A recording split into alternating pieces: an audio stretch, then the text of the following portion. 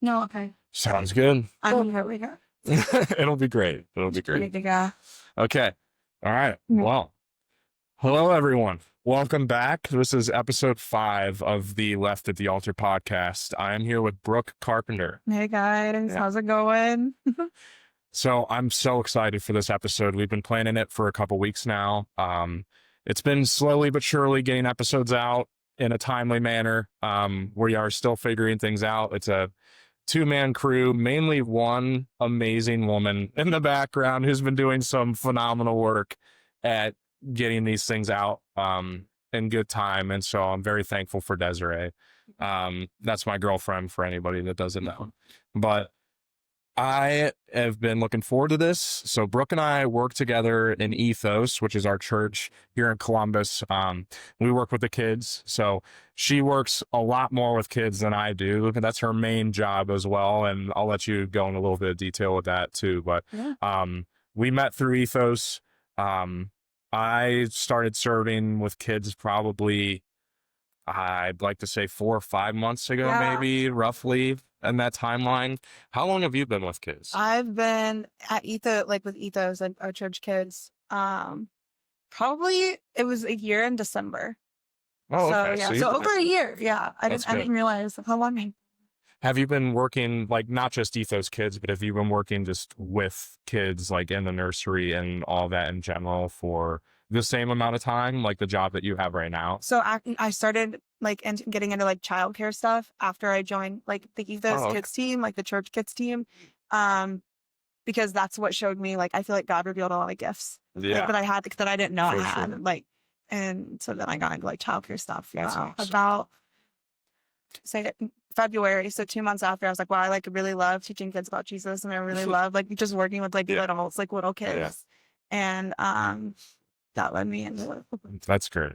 Yeah, I will say that I love how Ethos handles their kid ministry because I feel like when I was a kid, like I grew up in the church, and I've mentioned this before on the podcast, but when I was like going to the service and my mom would leave us with the youth group or whatever, I feel like we weren't really being, like, life wasn't really being spoken into us in the sense of learning the word, like actually diving into the word of God. I feel like Ethos does a great job of like incorporating fun and play having the with curriculum. also having like a set structure of like teaching and giving kids like verses to go home and memorize, or not like homework, but like worksheets to actually make sure that they're, filling themselves up with good stuff. So yeah, it's very nice. But yeah, this is awesome. I'm so glad that you are having the courage and boldness to go on. No, it's okay. It's going to be great.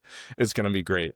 So yeah, we can open up with prayer, and then we can just take it from there. And yeah, is that cool? Yeah, that's fine. Awesome. All right. Yes. Heavenly Father, I thank you so much for this time that we have set aside to glorify you with Brooke's story. I am so excited to hear what she has in store, to hear all of the goodness of you throughout her life, Lord. Through every trial, through every victory, your sovereign hand has been over it all. And I'm just so grateful to be a witness, and I'm so grateful that you've given us this platform to share the good news, to share what you have done in her life.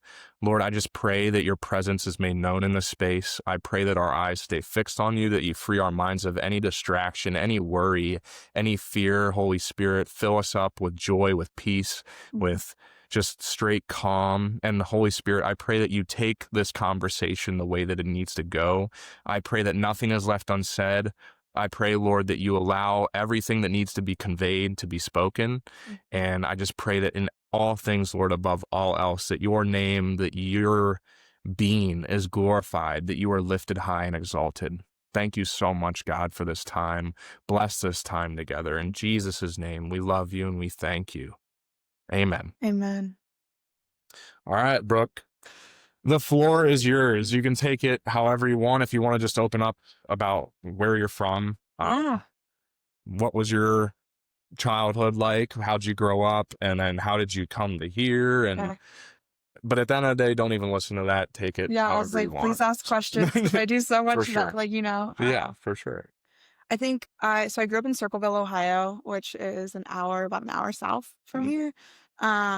And I didn't really grow up in a church. Mhm. My parents didn't go to church, at least in what I like my later years. About when I was little itty bitty to like 9, my grandpa did have a church. He was a minister and he was a pastor in a little like area called Mount Sterling. Where's that direct? I guess I was is gonna that say if I could Ohio? geographically explain it, I would, but I got lost on 270. Oh, I love it. So I'm so geographically challenged. Like yeah. I cannot, if you give me a map, or I can just kind of describe, but I couldn't tell you roads, Yeah, highways, no, like it's like objects. Like that's yeah. how Hmm. I like explain Yeah. things. But essentially my parents were like 19 and 20 when they had me. Mm. They didn't want kids. And I wasn't like I was an oopsie. Like and Yeah. they told that to me.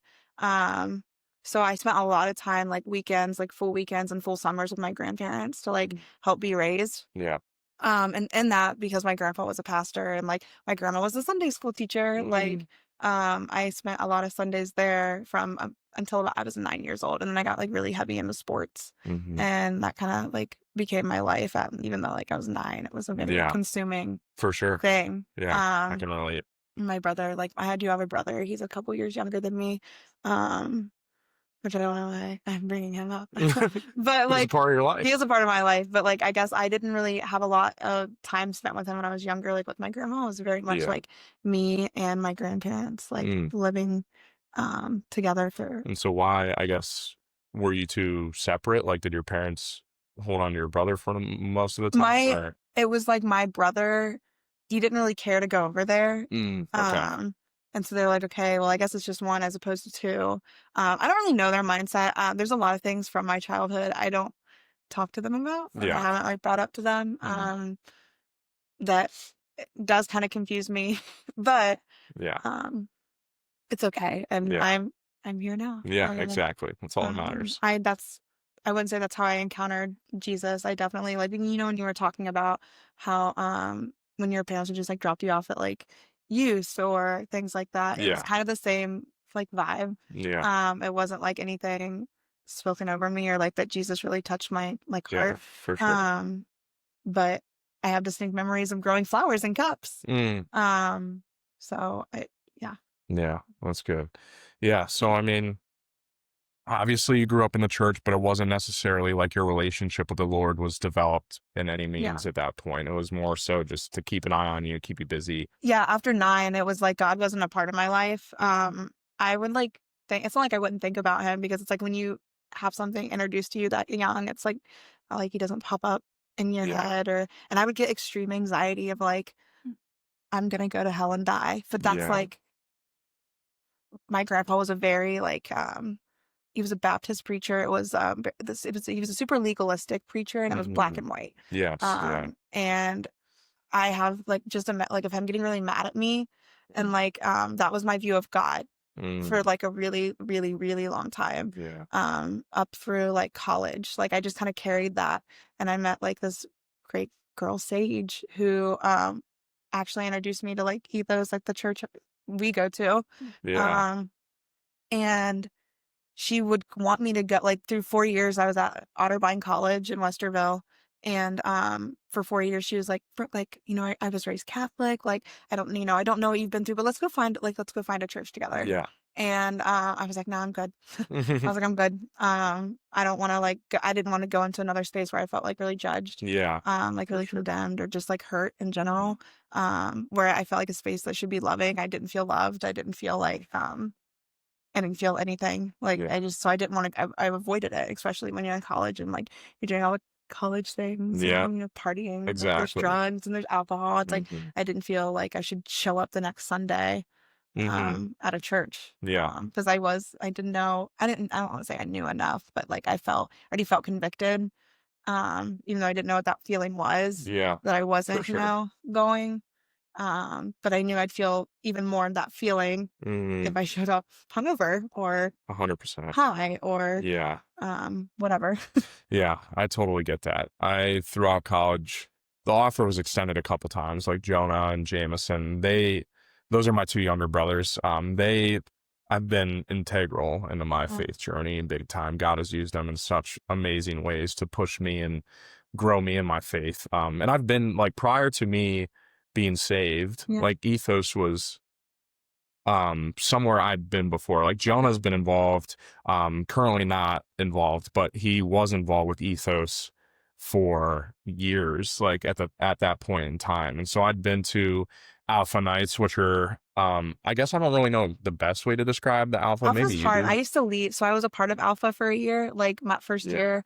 And then the next year I led at Alpha. Mm-hmm. But I guess the best way that I would describe Alpha is one, anyone can come, Mm-hmm. but it definitely reaches those people that are like struggling with their faith, Yeah. or they have all these questions and they feel like they can't like ask anyone. It feels like almost taboo to like Mm-hmm. go to like your best friend who you think is in love with Jesus, and you have all these like heavy questions like, why does God Yeah. let us suffer?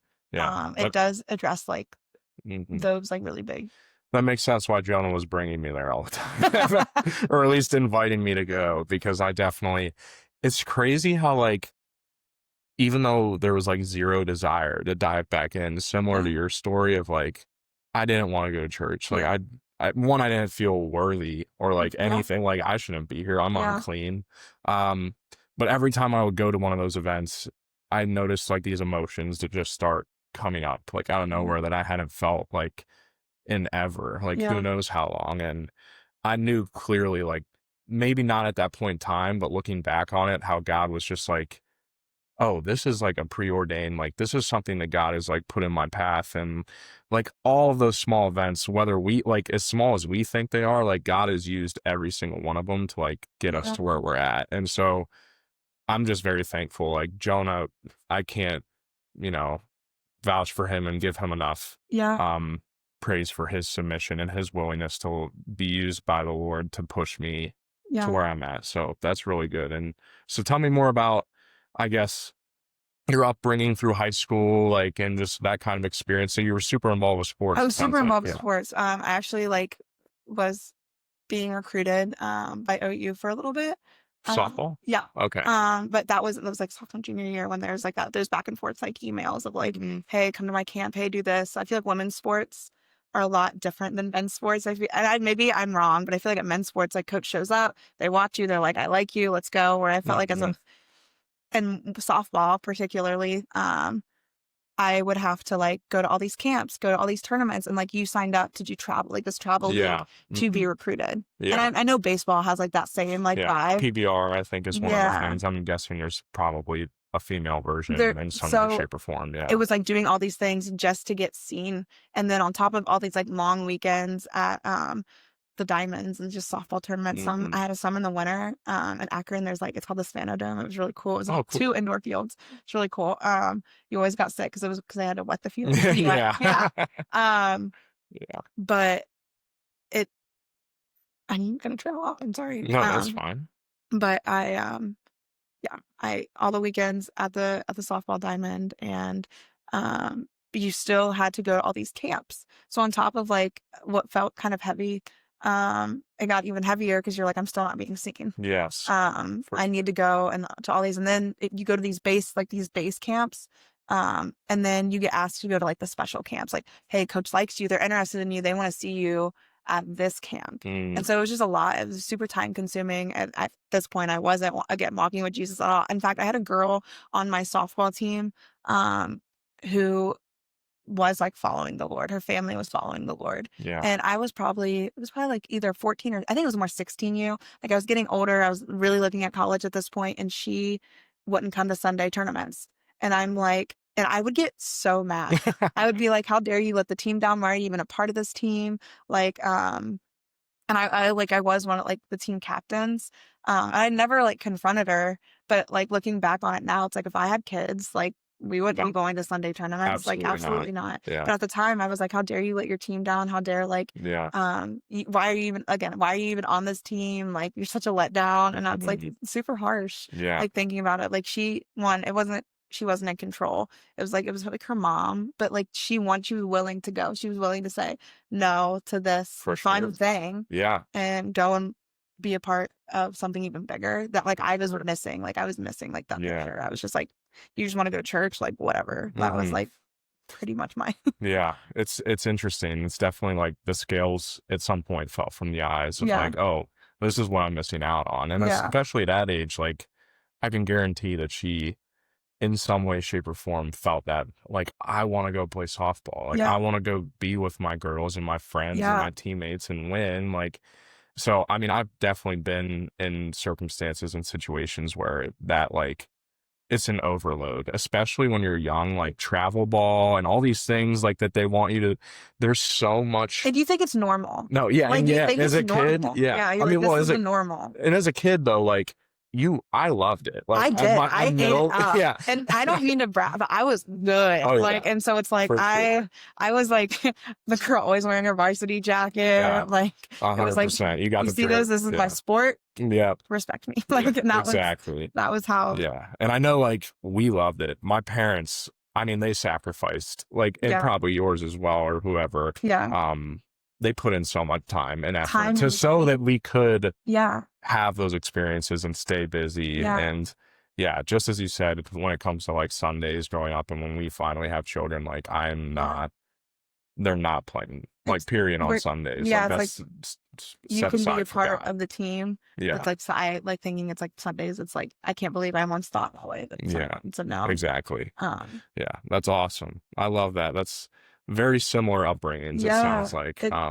So do you feel like there's a point in time where you felt like there was the climax, I guess, in the sense of you've noticed your sin, like you've noticed the Yeah. lifestyle you've been living and you've just felt the weight like overwhelm you? Like, do Yeah. you feel like there was a turning point, an event or a catalyst in some way, shape, or form of where you were like, okay, Jesus, I'm gonna take that route? Yeah. I feel like I have.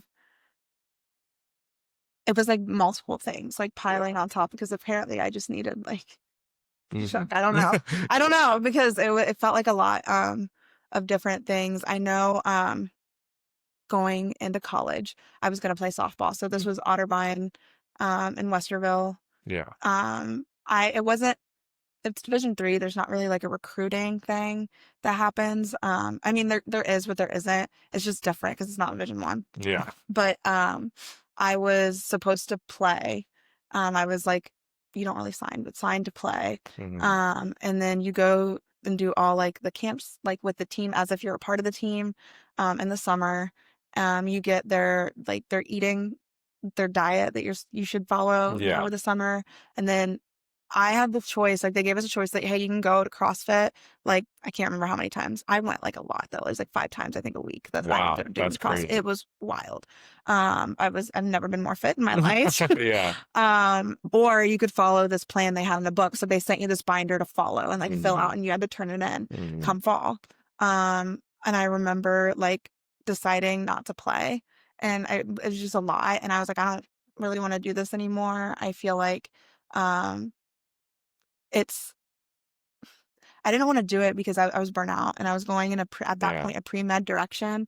I had to have a full-time job and my parents like weren't really helping. So it's like I have to make this choice of like, okay, I'm gonna let either the softball thing go and I'm already kind of burnt out anyway, or I can keep it, but it's like I can't work then. Yeah. Because they're just time like in pre-med is like it was a super like rigorous. I knew it'd be time consuming.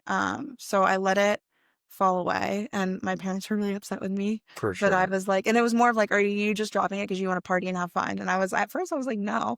I mean that definitely came in later. Mhm. Yeah. Yeah. But Yeah. at that point I was like, no, and I was so frustrated at my parents because I was like, I genuinely am so like, how can you not see how done I am when I've played like this hardcore since I was like 8, 9 years old. Yeah. And so like that was kind of frustrating, but Yeah. just not feeling seen For sure. or heard. I felt like it was just like they heard what I said, but it just went out the window. But Mhm. then that followed with I had so many like I didn't know who I was. Like I had this identity I grew up with Yeah. that was no longer my identity. Like it's not like Brooke like with softball, working out, or it's not like my Gmail was catcher girl. It's Yeah. it's not the catcher, it's not Mhm. her. And what sucked is going in to Otterbein, I was rooming with people and new people that I played travel ball with. Like it wasn't even people from my high school. Like I kind of like left high school and was like bye. But I went in with this group where I was like, okay, we were so good, like playing travel ball. We're going to be good at like this.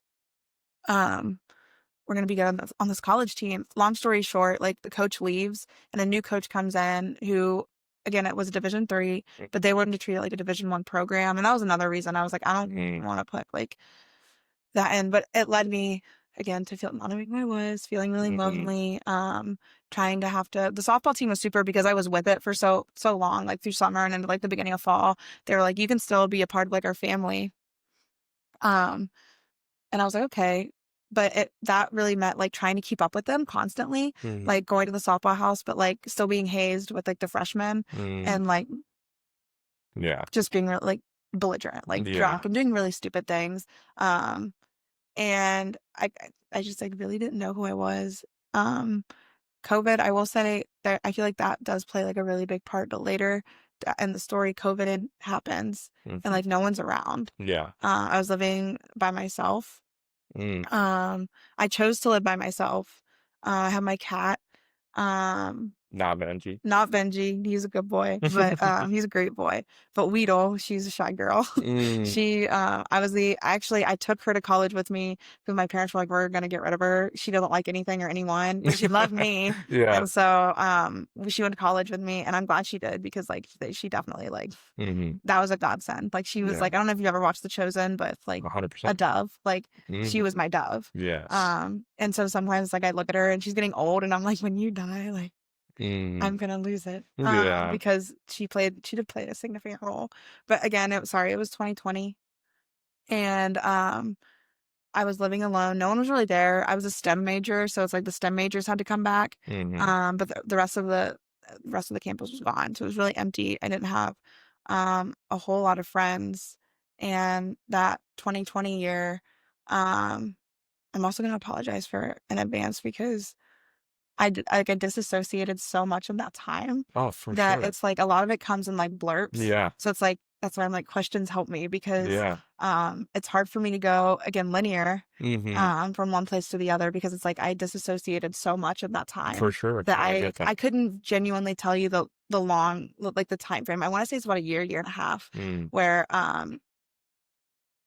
different things happened that led me in that year where it was like I was lonely. I was assaulted like 3 different times.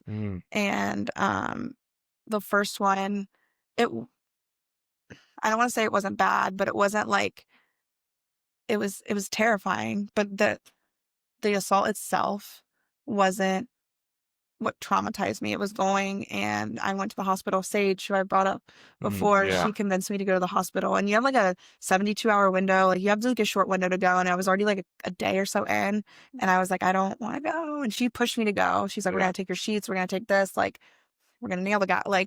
And I was like, I don't want to talk about it. Like I don't want to. But going, you have basically a special nurse come in, like a sexual assault nurse come in, and the whole process of being examined genuinely felt like I was being reassaulted. And it was terrifying. They like you taking all your clothes off and they're shoving things and putting things and like and they're like, oh, is it okay? But the nurse that ended up coming was there like with me and conversated with me. She seemed like verbally like friendly until at the end when she was checking like my cervix. She like was like, basically, were you actually assaulted? She's like, we'll still give you like the medication that like, you know, to prevent you, to like preventable like HIV, things like that. We're still gonna run tests that'll just charge your insurance. And I was like, I didn't understand like that you could go to the hospital and they would give you things if you had been assaulted. That obviously wasn't the reason I was going, but she kind of brought it up, and I didn't know how to react. I looked at Sage and I was like, I've been assaulted. I just like, I don't want to talk about it. And I didn't see anything like wrong with it, but it was like this person questioning, like, here I am coming with this very vulnerable thing. I didn't want to go. And you're questioning like the validity of it. And that's gotta be very hard. It was like crushing. It really was. Cause I left, and not too long after that, I was assaulted again. I didn't value myself at this like time in my life. Like I really like I, I was on like a lot of dating apps. Yeah. I went on a lot of first dates. I did do a lot of like sleeping around, and it was hard. Like after I feel like following Jesus, it's hard for me to look at that sometimes and be like, that's like the person I was, Yeah. because it felt so like dirty, like so like unclean. Yeah. And but because I didn't value myself, I didn't see like who God was making me like to be. I didn't think I mattered. I thought I was worthless. I thought like the only way I could get attention or feel love from someone was like by sleeping with them, Yeah. and sometimes like not even that I wanted to sleep with them. It's just like I wanted to feel like connected. Mm-hmm. I wanted to hang out, watch a movie, and Yeah. sometimes it didn't go that way. Yeah. The second assault happened, again, not too long. It was like the next like school year, but it was probably only again a few months, because like the first one happened at the end of the Yeah. school year and this next one happened at the beginning.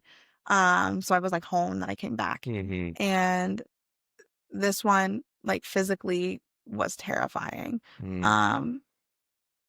I feel like weird if I go into like a lot of like details, but there was like a lot of like abuse, and like there was a lot of like blood, and there was a lot of like I felt genuinely terrified like Yeah. for my life.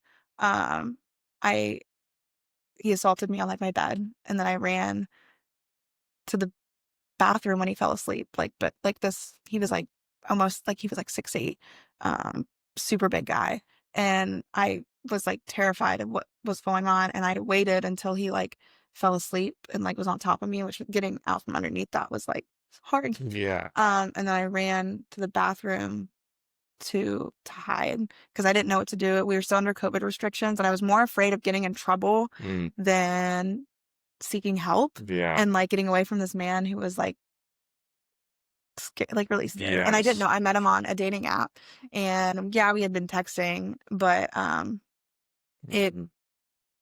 I didn't know him. Mm-hmm. And I didn't really know his intention, because the intention was to like come over and hang out. If he shows up like belligerent, Yeah. and I'm like, hey, how do I get this grown man like out of my, like I was 21 at the time. Yeah. 21. And he was almost 30.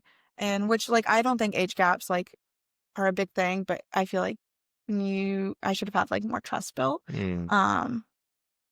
And I didn't. And I ran to the bathroom, and I'm hiding, and I see like everything that's like I knew what was happening to my body, but I didn't like see I didn't see any of like the marks, the bruises, or like the blood, Yeah. or like what hurt. Like there's a lot of pain. And I waited in there longer, and it just like seeing everything, like seeing the blood on the floor and seeing like the blood like in the toilet. Mm. I was like, it gave me more anxiety. I was like, I Yeah. could die. Like that was the first time in that assault I sat there and I'm like, I could die. Yeah. And I was still like, okay, but I'm gonna sleep. Mm-hmm. So I end up going back out into my room, which was just a dorm room. And then I had a bathroom, like Attached. yeah. Yeah. So I go out of the bathroom, and I had my bed set up like a bunk bed. So I pull the top mattress off, like terrified I'm gonna wake this really drunk man up, but he was snoring. So I was like, I think I'm okay. Mm-hmm. And I pull the mattress to the side, and I sleep basically by the bathroom, like as close as I could get. And I don't think I was thinking logically, but I think when you're under duress, like you don't really know how you're gonna be. And I was laying there, and I get woke up with this man on top of me again, and like re-assaulting like me, and like it didn't matter like how many times I said no, get off, like get away, like it didn't matter. And just like the weight of his like body, it was like I'm gonna die, like this man is gonna like, because like the amount of pain Yeah. that I felt, like it was close to like unbearable, and I just was like closing my eyes, like, okay, like I don't want to be here anymore, like I'm done. I like Yeah. get me out, like get me out. And it's like I wasn't praying to a God. I didn't believe in God at that time. I didn't Yeah. like have that relationship. So I'm just sitting here stuck, scared to death. I have no one to tell, no one to call. Again, he ends up falling asleep again. He ends up like falling on top of me, and the end of that assault, like the end of that whole ordeal that happened, he wakes up like the next day, and I'm like, okay, everything's gonna be okay. And I'm like, and he acts like everything's normal, like nothing happened. Mm. And I was like, what do you, in my head, I'm like, how do you eat? He asked me about basketball. He asked me about what games like were on. I'm like, I have no idea. And I have to sit there, and I went into like this place of like, we're going to just act normal. We're going to get this man out. We're going to act normal. And he left. And I remember after him leaving, I had never felt more violated, more dirty. Like, I'd already been assaulted one time. I already felt like an idiot for letting it happen again. Yeah. And the way like in which I was violated, like everything that happened, I felt super like just dirty and Yeah. unclean. And I wanted like to die. Like I was like, I don't have anyone to like talk to about it. Like my parents, I called my mom after the first assault, and she really didn't want to hear it. She was there and comforted me, but it's like, it's always been an uncomfortable like topic. And so it's like, I didn't feel safe like going to my mom. Yeah. I didn't have any of my friends on campus. Sage wasn't there. And that was like my one friend who like, I felt like I could bare my soul to. For sure. She wasn't there. So again, I was in this place, I was alone, and I just let myself keep falling. I feel like after the second assault, I really got into, I smoked a lot of weed, like a lot of weed. Mm-hmm. Like I'd make Bob Marley look bad. Me too. But I drank a lot. I partied a lot, and I never thought I'd be one to drink alone, but I would drink alone. Looking back, I probably was like an alcoholic. But I chalked it up to like, you're in college, this is your experience. I was like, it's fine. Mm-hmm. And I like just remember like I got diagnosed with like anxiety and depression, so I had like pills. And there were a lot of instances where like I would want to pour the pills out in my hand, and I'd have my bottle of usually Tito's. Yeah. And I would get like, okay, like I'm just gonna do it. I'm gonna like take this bottle of like this cocktail. Don't know what it's actually gonna do, but I'm hoping it like kills me. I'm hoping I'm not here anymore. But what was great, and why I talk about like Weedle like being my dove. Anytime like those instances like would happen, I didn't know why she would do it, but like she again didn't like people. We were just on like getting to know you terms at that point, but she would come and she would like lay on my chest, or she would like, if I was like sitting or standing, she would like corral me to my bed and like get it like out of like my hands. And I don't like, and I would have these thoughts of like, I can't kill myself because who's going to take care of my cat? Yeah. And I know that might sound really silly, but it's like, I did love her. Even if she didn't love me yet, I loved her. Yeah. And I have like a picture like on my phone of like her, I don't know what caused it, but it's like just an episode of like, I wanted suicidal ideation. I wanted to die. And, I have like the bottle like in my hand, like I'm sitting on my bed. I have the pill bottle in my hand. I have pills in my hand. I have a bottle of, like, I want to say it was Tito's, but it wasn't. I know it was bourbon because it was dark. And I was like, okay, I'm going to do it. I'm going to take it. And, she just starts like, kind of like what Benji was doing, like butting and like rubbing against me. And, I like takes my mind off of like, okay, you're going to kill yourself too. I have this cat who is wanting my attention. And then she comes up and she like, the way like I was sitting, my legs were like down farther, but I had this, and she comes in and she just like lays in my lap and starts like purring and like just loving me. And I hadn't felt like genuine love. I felt like in like so long. Yeah. And so I want to get her off because I'm wanting to do it. Yeah. And so I like go to like get her like off, and it's like I do drop like the pills, and then, like it's knocked down in my hand, and I'm like, okay, well, I'm too frustrated to like. I was frustrated that the pills were knocked out. I was frustrated now I have to pick them up. And she just kind of like crawls up my body and like lays down, and she like puts her head like a little like rainbow like across my head, and she's just like laying there like purring in my ear. And I ended up falling asleep, and she took care of me. Like there's so many like times like that. Like that's like just a specific distinction for me. But there's so many like times like that where she like came in, and I didn't know like it was God at the time, but I know God like used her because I would not be here, and he had bigger plans than to let like the devil take me. And maybe she knew that. I like to think so. But that's not the end. Mm-hmm. I was assaulted for a third time. And this one I don't know much about it because I went on a date with a guy who I thought was a really genuine guy. I did take the time. I learned from my mistakes. I got to know him more. He wanted me to meet his mom. And I was like, this is great. And I knew he lived with his parents, and I was like, that's fine. We went and we got Mexican, and I had a margarita. And he laced like my margarita, and I didn't like know it. And I don't know if it was like, and maybe I shouldn't say he laced my margarita. I do know like I was like date raped. I don't know if it was later in the night. That's like in my head because I don't know the information. Your brain will like fill it in. Yeah. But I do know like I made it back to his place, and I smoked with him. We smoked weed, and we were having a good time. He invited a couple other friends over. It was like it was a guy and a girl, so it wasn't like a bunch of guys. But we were all like, we all smoked. I smoked like with what he had, and they had their own thing. And I remember he looked at me at one point and goes, "Hey, are you feeling okay?" And I just remember the room like starting to like spin and like feeling like really hot and sweaty and like disoriented. And I'm like, yeah, I'm fine. And I remember vomiting. And then I don't remember like really anything else. I remember waking up the next day. It was like 3 p.m. I had like a dozen missed calls from my parents, like Sage, like, "Hey, where are you?" And I woke up, I was naked in his bed. Like I wasn't naked when I was there. And I was like, okay.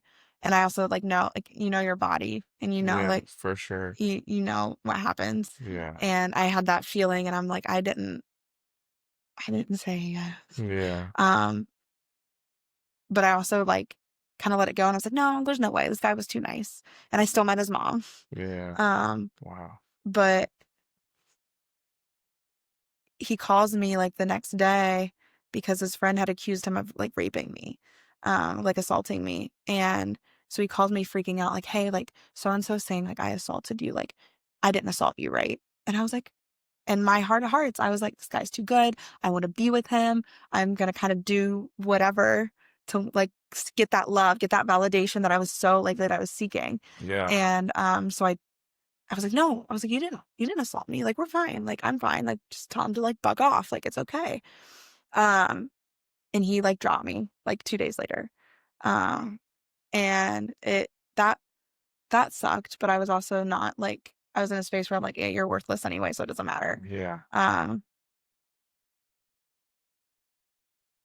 As I like go on, I wasn't assaulted anymore, but I just felt this like immense feeling of like lacking. Yeah. Of like there's like this whole like I don't feel seen, I don't feel loved. I want I do want love. And I had this guy that I'm actually like still friends with him. And I prayed for him a lot. Because I met him in this like life where like we were drinking and we were out partying, and there were like bars like I would go to his bar frequented, and he doesn't live in Ohio. He lives out of state, so he wouldn't be in very often, but I felt like we formed like a connection. And I had a distinct night with him where he basically told me I wasn't attractive enough to be like his partner. Like I wasn't attractive enough to be with him. But like he would sleep with me like anytime. And any other time, I think I'm like, okay, yeah, that's fine. Like, at least I'm getting something from you. But that night, like, it was different. And I went home, and I was like, this like really sucked because I genuinely like this guy. Yeah. And I drive home, and what's funny is it was this complex. Like I lived in this complex, but I lived in the back. And I was sitting in my car, and I had gone to church a couple times. Sage had gotten me to go. This is kind of fast forwarded. I'm sorry. Like I'm out of college. Yeah. Like I'm not like, Yeah. and I'm living with Sage, who wanted me to live with her and her fiance until they like moved. And, he said these words to me, and I remember driving back. I drove home drunk. It's is obviously not okay, but I admit to it. It's what I did. And I did it a lot more frequently than I'd like to admit. And then I get home and I pull in my parking spot and I didn't want to go. And I was like sobbing, like in a wreck. And I was like, I hear so much about like this God, and I hear like, and I'm like, but my life is garbage. I was like, I am garbage. I go, I'm gross. How could something like that accept me or see me when nobody else sees me, when nobody else like loves me, when I can't get literally anything from anybody else. You're telling me that this God sees me, this God loves me and wants to do more like with me and for me. And I was just sobbing in my car, and I just was like, God, I'm sorry. Like I go, I'm going to be honest. I don't know if you hear me. I don't know if this is it. I was like, but I do know that I hate how I'm living. I hate the road I'm going down.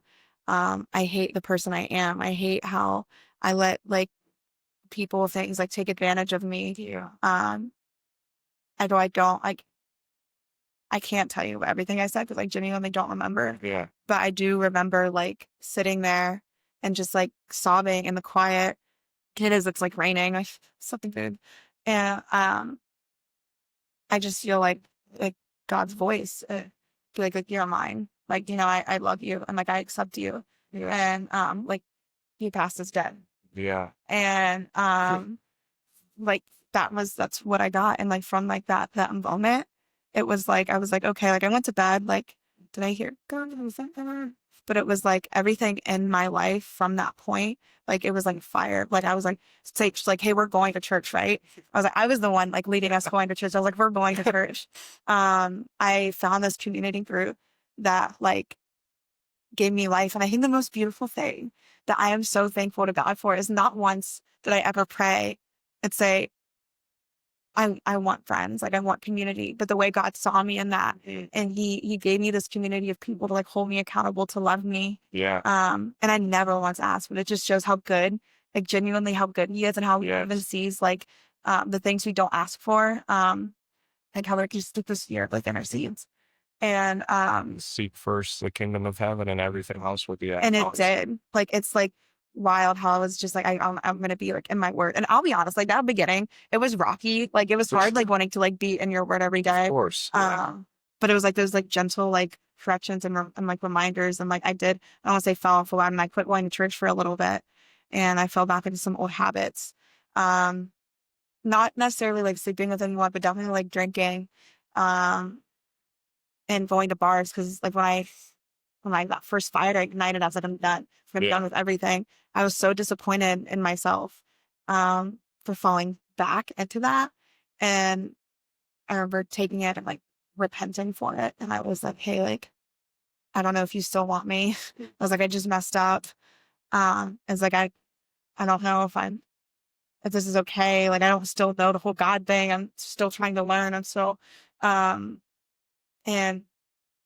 God was so gentle and like, you are mine. It was like that same reminder that he said the first one, you are mine. Yeah. When I was like, okay. But yeah, I wouldn't be like where I'm at and how the things I do if it wasn't for him. There was a time, like I said, it's layered. There's like layers. I was going to school for forensics. I had a year left to graduate. I was working for the state of Ohio patrol as their intern, and they don't offer jobs out of an internship. You have to go and leave for a year and come back. But they changed the manual for me so they could hire me. And I'm like super excited about this. I'm loving science. I'm loving forensics. And it's about the same time I'm starting kids, like at the church. Oh, okay. And it's that like try and kind of make it line up. Yeah. And I just felt so discontent, like with where I was all of a sudden. Like, I mean, I had been there for a year and a half, and I loved like every second of it. Like I made jokes, like I go, I am like, I'm the person they hired just like to make everyone laugh. I'm like, just like let everyone's spirits. Like I'm not really here for anything.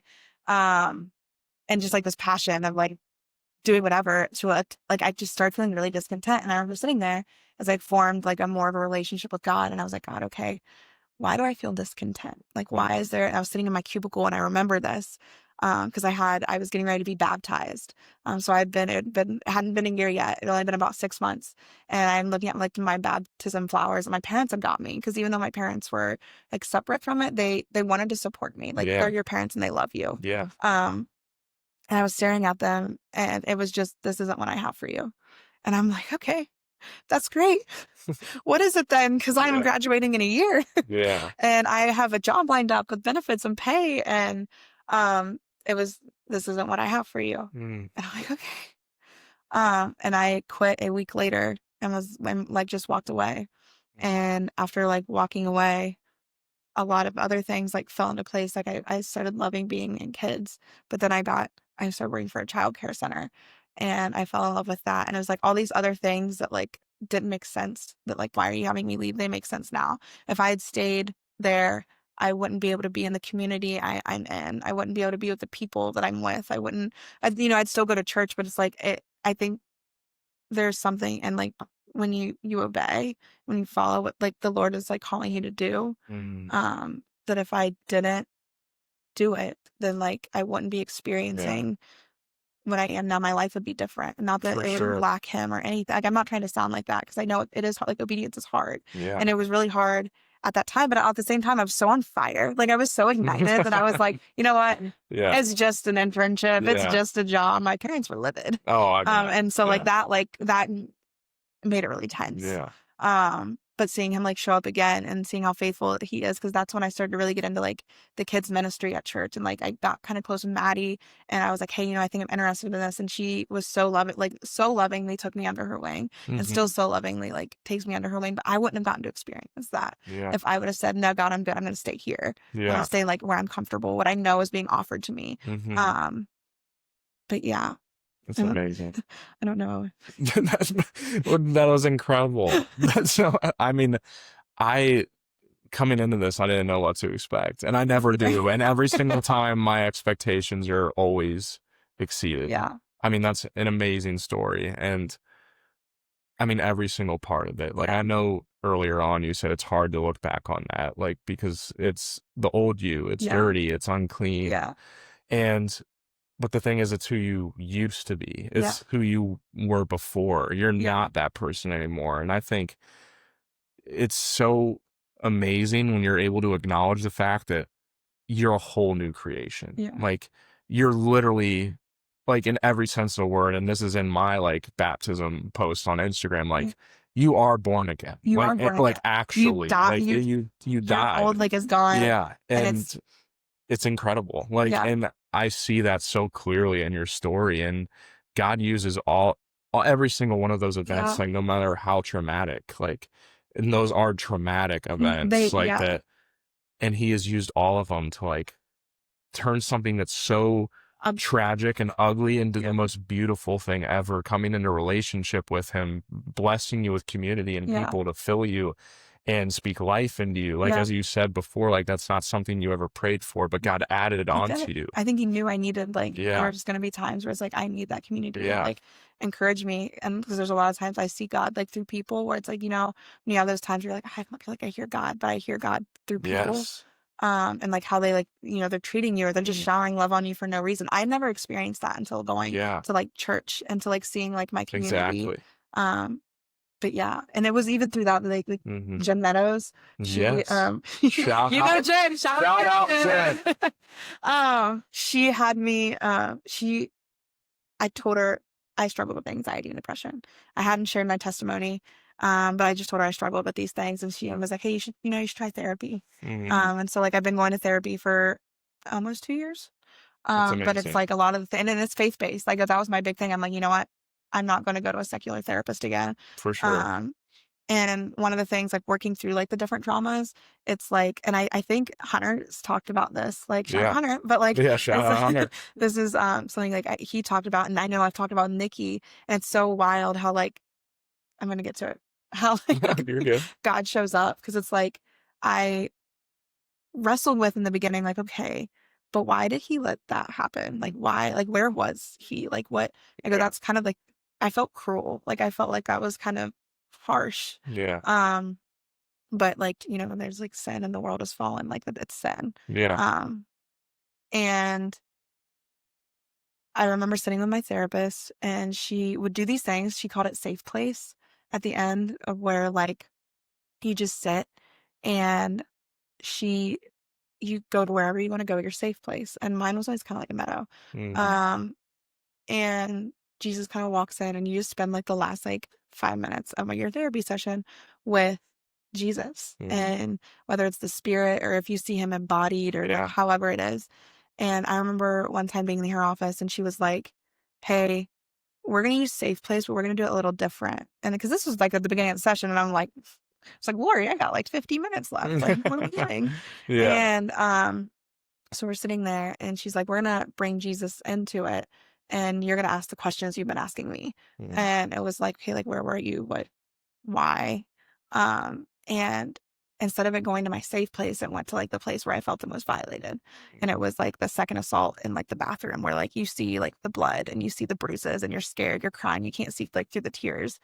And I remember like sitting and like getting really like in her office, and she was so kind of like, hey, like, I'm here, like, Jesus is with you, like, she's like, can you tell me like what you see? So I'm describing, I'm like, Lord, I've already done this, like, I've already described like the room. I'm like, you just do it again. Do it again.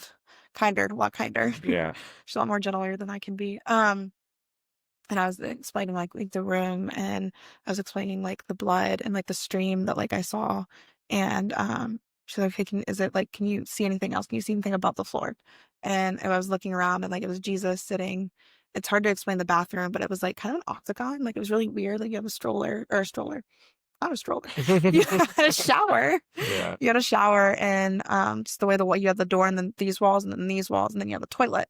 And back by the toilet, I saw it, and it was Jesus, and it was like he was just like crying, and he was weeping, and it was like it wasn't him weeping, not only because I've been violated and I have been hurt, but it was like seeing him and feeling like that impression of like it's the sin that like is breaking my heart. It's like the fact that I'm crying for him too. Like I'm crying for you, but I'm crying for the man that's asleep drunk in your room. And I when I got out of that therapy session, I opened my eyes to God a lot more, because I was like, yeah, he's sad and he's hurting for me, and he didn't want that to happen. But it was like, because it's a fallen world, because it's a broken world, and there is sin in the world, that those things like took place. But that I was seen through the whole thing, and I had never felt seen.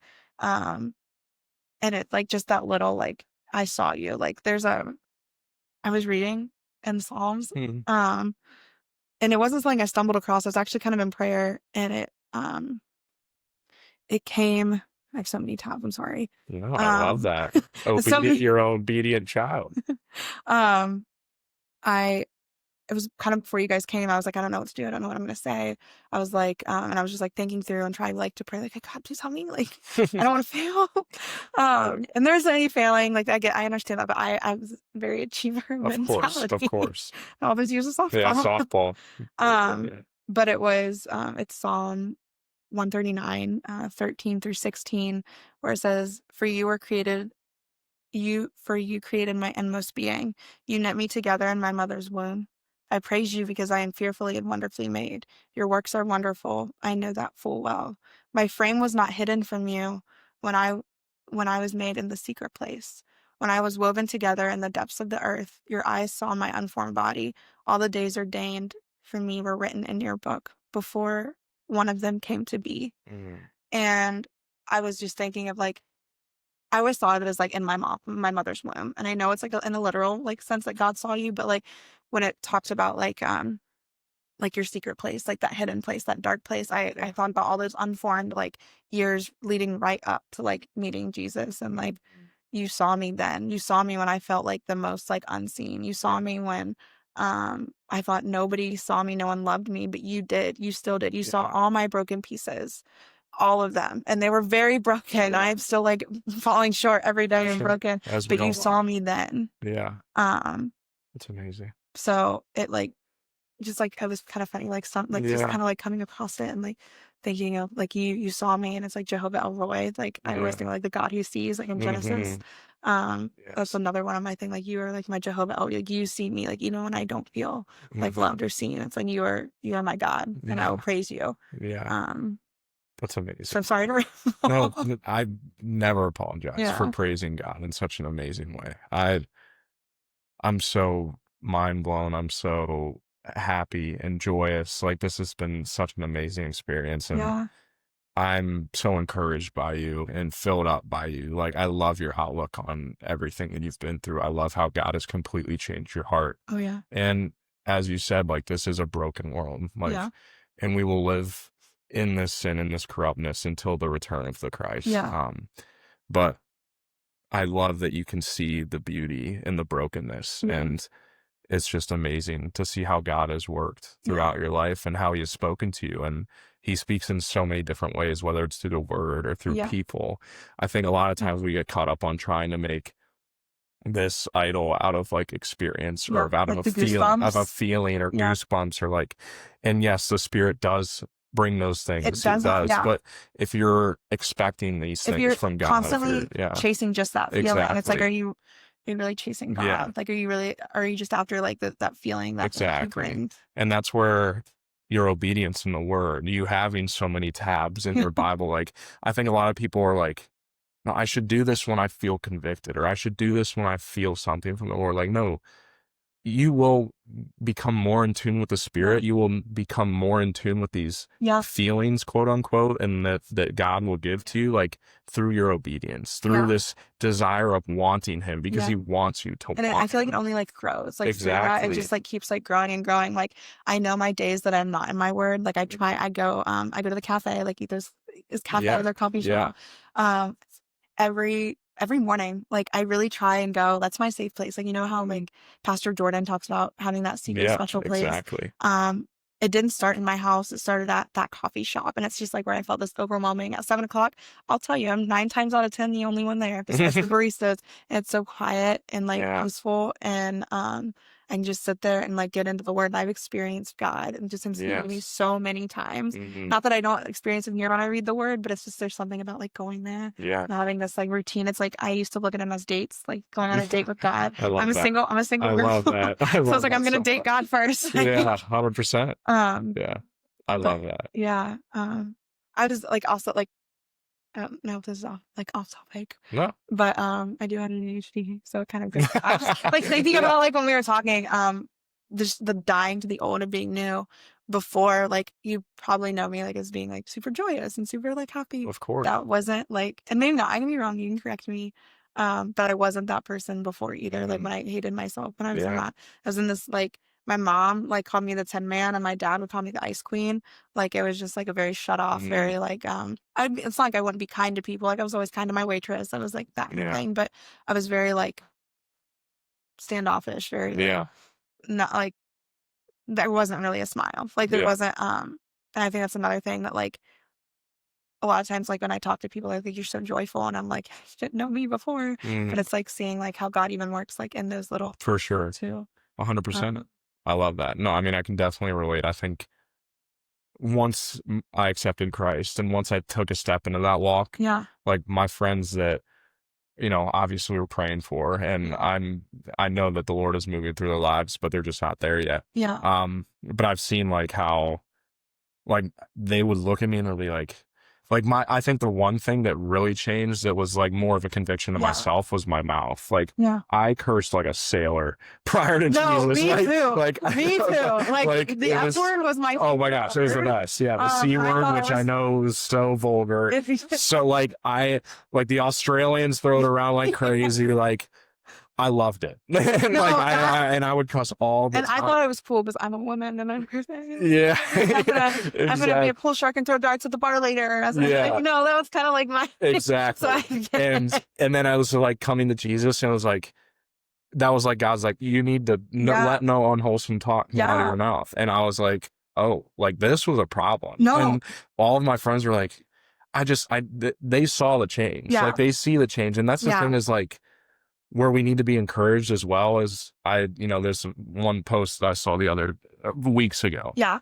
But it talked about the fact that like, it's not us doing a conversion. Yeah. It's not us changing minds, changing hearts. Like, it's just our job to tell people. Yeah. And the Holy Spirit will do that work. Like if they see the fruits of Christ in your life, like in every way, shape, and form, God will work. Like, because he wants all of his children to inherit the kingdom of heaven. Like, he doesn't want anyone to see the fire. His house is fire. big. Like his house. Yeah, he does. And there's a seat at the table. And I'm just, if I could leave any encouragement myself, and then I obviously want you to leave a word of encouragement as well, but like, anyone who's in the faith right now and that are struggling to pick up the Bible, like they're struggling to do these things because they've made that idol potentially out of feeling or experience, like it becomes habit. Like it's just like anything, like your mind gets rewired when you start doing things, seeing yourself a certain way. Like let God's word speak into you. Like let it be the life that it is. Like the word is living and breathing. Like, and when you take it in on a daily basis, like there's science to back this up, so you can go on. No, it's like psychology. Like you can literally Google these things, but like when you're in your word consecutively, consistently, every single day, like your mind will change. Like the way that you see life and people around you, like all of that changes when you truly start to just take in his word, not because you aren't feeling like it that day and you're like, I don't feel like being in the word right now. Like do it anyway. There genuinely is something in that. It's not like there's something in that obedience, because the times where I get up in the morning and I'm like, man, it's real early. Yeah. And I don't want to be in my word. 100%. But it's funny because it's like a lot of times it's those times where I felt like, wow, you just dropped a word and it really just convicted me. Yes. And there's so much freedom. There's so much freedom and surrender. And that's like, I think that's something that I'm currently like working on, is like the surrender and like still saying yes and amen, and still saying like those little like obediences, because all those like little tiny steps, you don't see the big steps. Like you see the little tiny steps. Yes. And then you look back after all of those like yeses and amens, and you're like, holy cow, like praise God. Because like genuinely like praise God, because I wouldn't be there, or you wouldn't be where you're at. Yeah, you know? exactly. Wow. This was awesome. Give me some. That was sick.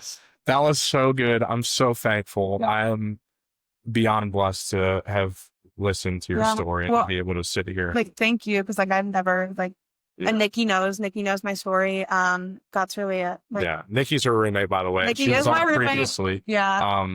But no, I mean, this takes boldness. Like this takes courage to come out, and especially to share things that are, I mean, those are sensitive topics. Like, and God's given all the glory. Yeah. And I'm just so. He's healed those parts. Yeah. You know? Exactly. And it takes time. Like, I think a lot of people, it's easy to ask the question, like, why have you not healed me at this yet? But like, God is outside of time and space. So we have to realize that like our timing is not God's timing.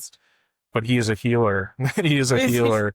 And his plan is greater than our plan. And I'm so thankful to hear everything he's done. I have a mentor that always says that, you know, he does, you know, works all things for our good. It's like for our good and like his kingdom. Yeah. And that's something like, especially like lately, it's just like I've been like grasping onto. It's like, because it's not like, I think another thing is like just when you start following Jesus, like you think, oh, like my life. And that was a misconception I had, was like everything's just going to be easy. And it's like, no, it's like, that's not how it works. Actually, there's going to be times, and a lot of it might be harder. Yeah, exactly. So it's holding on to like, he does everything for my good in his kingdom, and just like really like grasping. Yeah, that's amazing. Mm. Well, thank you so much, Brooke. You. I appreciate you so much. It's been an absolute pleasure. And if you have any, I guess I know you've given so much encouragement. If there's anything you kind of want to leave anybody with, go ahead. I think like a big part of like following him has been like being in my word. So like that is great encouragement. But it's just like prayer and like learning that prayer isn't just like, it's not like a religious aspect. It's, you're just having a conversation. Yes. Like you're just going, and that again, like, there are times where I'm just doing it like, I feel like almost religiously, and I have to like check myself, bring my mind back and be like, and you're my friend, you're my father, and you love me, that I can like sit here and open up these really like bad parts, or these parts I think like, you know, they're so sinful, and still like listen and tell me that I can talk to you like I'm talking to you right now. I think finding another like prayer space. Yeah. Too is a good thing. Like I go on prayer walks, and Nikki will check me and be like, "Hey, you gone on a walk lately?" And that's what she's meaning. It's like, because I'll get very like, I'm like, like you're right. And like High Banks, the park, with all the like, the trails, is I feel God in nature. And I feel, and that's where I've learned, like, that's where like I feel just him, not that he's not always with me because he is, but in that space, it's like another thin place that I have. And just finding that place was also very conformative, and like that early following Jesus. And even now that I like go back to it, I'm like, okay, drench me in your spirit right now. Yeah. That's so good. Thank you so much again. And and real quick, tying it all back, shout out Weedle. Shout out Weedle. And listen, God uses everything that has breath. Praise the Lord. And I know that no matter what anyone thinks, like God uses anything and everything. I didn't even like cats. Yeah. I didn't even like cats. It's amazing. And now I love them. I have two. I love that. That's so good. All right. Well, thank you so much, Brooke. I appreciate it. This is fun. That's a wrap.